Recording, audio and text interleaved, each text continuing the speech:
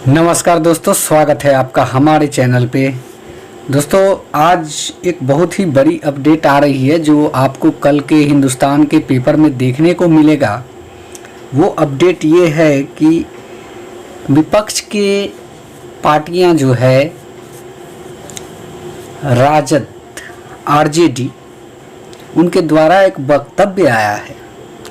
शिक्षक और शिक्षा से संबंधित ये वक्तव्य है इनका, और इनका सीधे सीधे आरोप है वर्तमान बिहार सरकार पे। तो कहीं ना कहीं ये आरोप भी जायज़ है, क्योंकि ये बात तो सही है। अगर देखा जाए तो शिक्षक अभ्यर्थी हम ही लोग हैं, और सही बात है कि हम लोग को बरगलाया जा रहा है और अंधेरे में रखा जा रहा है, बहाली को खींचा जा रहा है, ये एक मनमानी साजिश के तहत। और ये आरोप विपक्ष के पार्टी जो हैं वो लगा भी रहे हैं।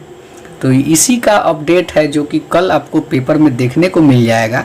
फिलहाल मैं इस अपडेट को आपको बता देता हूं कि कैसे है, क्या है ये अपडेट।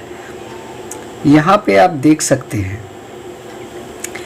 कि राजद ने आरोप लगाया है कि बिहार सरकार का शिक्षा और शिक्षकों के प्रति रवैया ठीक नहीं है।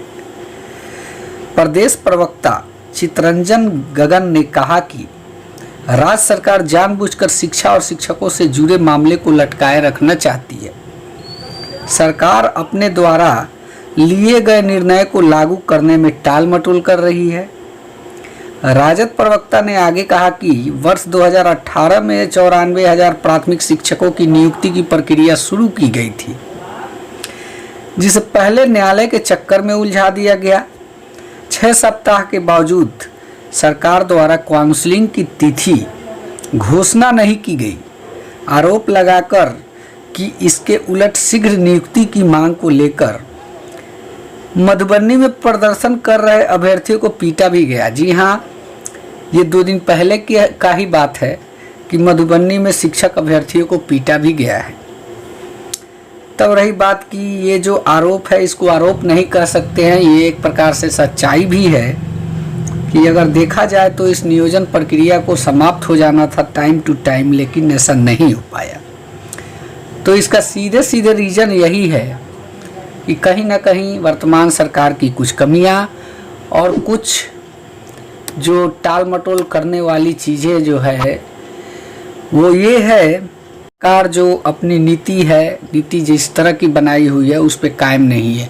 बहाली करने की बात तो कहती है, लेकिन जब बहाली करने की बात आती है कि इन लोग का बहाल किया जाए, उस समय कोई ना कोई एक मुद्दा आके खड़ा हो जाता है।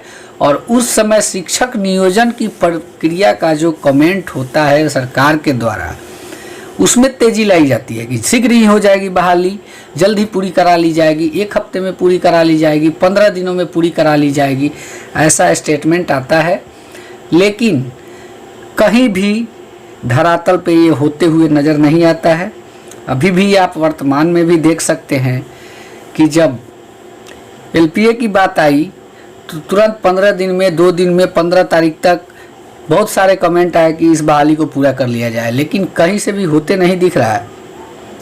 क्योंकि जिसका रीज़न है कि कुछ केसेस, तो ये केसेस भी है तो किसके वजह से है, अगर इसके डीप में जाया जाए तो यही देखने को मिलता है कि जो ये केसेस है ये कहीं ना कहीं सरकार की कमियों के चलते ये केसेस हुए हैं, जिसका सीधे सीधे खामियाजा शिक्षक अभ्यर्थी को भुगतना पड़ता है। और सरकार की अपनी जो मनमानी साजिश है उसमें वो कामयाब हो जाती है कि इसी के बहाने चलो एक वोट बैंक तैयार होता है और यही एजेंडा, मुद्दा जो भी कहिए उसको बना के चुनाव में परोसा जाता है।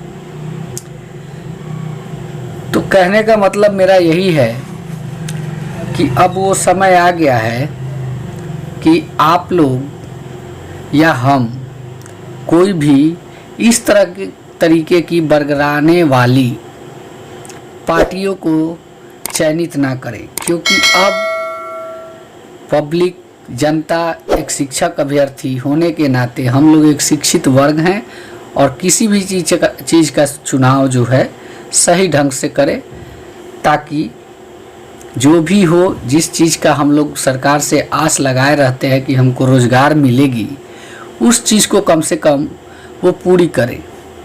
तो दोस्तों आज के इस वीडियो में मैं यही बताने जा रहा था कि जो पेपर में चीज़ें आई हुई है वो कहीं ना कहीं सही चीज़ है। और ये वीडियो अच्छा लगा होगा तो प्लीज़ इस वीडियो को लाइक करें, कमेंट करें और चैनल सब्सक्राइब करके बेल आइकन को भी प्रेस करें ताकि इसी तरीके की वीडियो आपको हमारे चैनल पे मिल सके। धन्यवाद।